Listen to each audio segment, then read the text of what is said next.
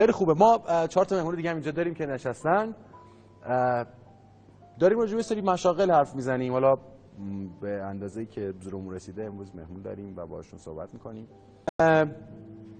عنوانش میشه پوزر میشه خانم؟ پوزر عروس هستم. پوزر عروس یعنی که به مناسبت شغلشون آدما همیشه استایل و بلد نیستن. مثلا یه خانمی که استاد دانشگاه یا دکتره یا مثلا یه خانمی که وکیله، خب نمیدونه که روز عروسیش چجوری باید استایل بگیره. این از اول تا آخر سرش تو کتاب بوده. بعد خب ما نحوه استایل و چجوری وایسه کنار چجوری عکس بندازن، چجوری عکس بندازه، کلیپ عروسیشون و سناریوشون و بعد نحوه بازی کردن رو بهشون یاد میدیم. در واقع بازی کردنه، یعنی عروس بازی کنه. خب کلیپشون رو دیگه، هر کلیپی برای خودش یه سناریو داره. حالا بله. دوست دارن لب دریا باشه. من فیلم عروسی دیدم چند وقت قبل، به نظرم از نصف تولیدات سینما بهتر بود. بله، یعنی قشنگ فیلم کیفی. بعد من شنیدم که یک پول وحشتناک. شما چی وقت شما عنوان پوزر عروس میشه نگم؟ شما باهوش تشریف دارید، نگران مالیاتشید احتمالاً. من حالا یه چیزی میخوام بدونیم دیگه. خب منم همین مثل بچه‌ها، ولی بستگی به عروسیش داره، تایمش داره، بستگی به عروسش داره. بله دوماد نشسته پهلوش. بله یه شعر قدیمی بود که لازم چرا اومد تو ذهنم.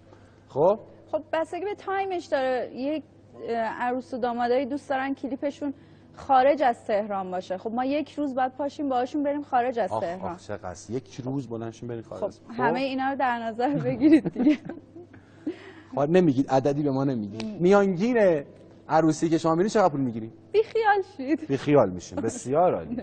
این سوال همین الان بپرسم، دعوام دیدین تو عروسی‌ها، تو مثلا شب عروسی و اینا؟ خیلی.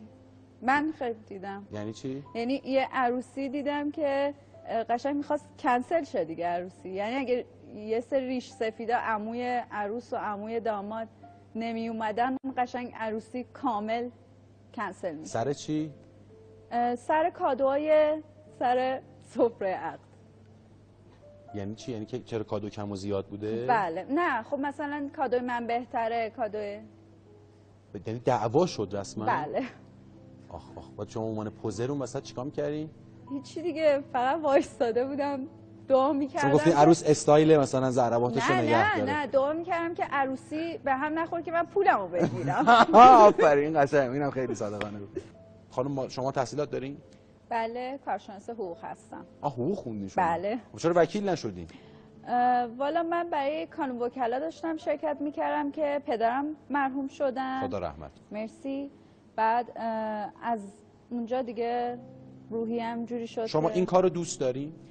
این حرفه رو دوست دارین؟ عاشق کارمم. ولی اگر یه کاری که بهتر باشه درآمدش، چرا که نه؟ یعنی فقط نگاهتون درآمدیه؟ درآمد خیلی برام دنبال درآمدی است. ما اگر بتونیم به نظر دیگران احترام بذاریم و قضاوتشون نکنیم کافی است. هم مسیر بهشت من و تو با عشق جدا شده از دلهره، یه جاده، یه سفر، یه ماه اثر، یه سقف که از ستاره پره.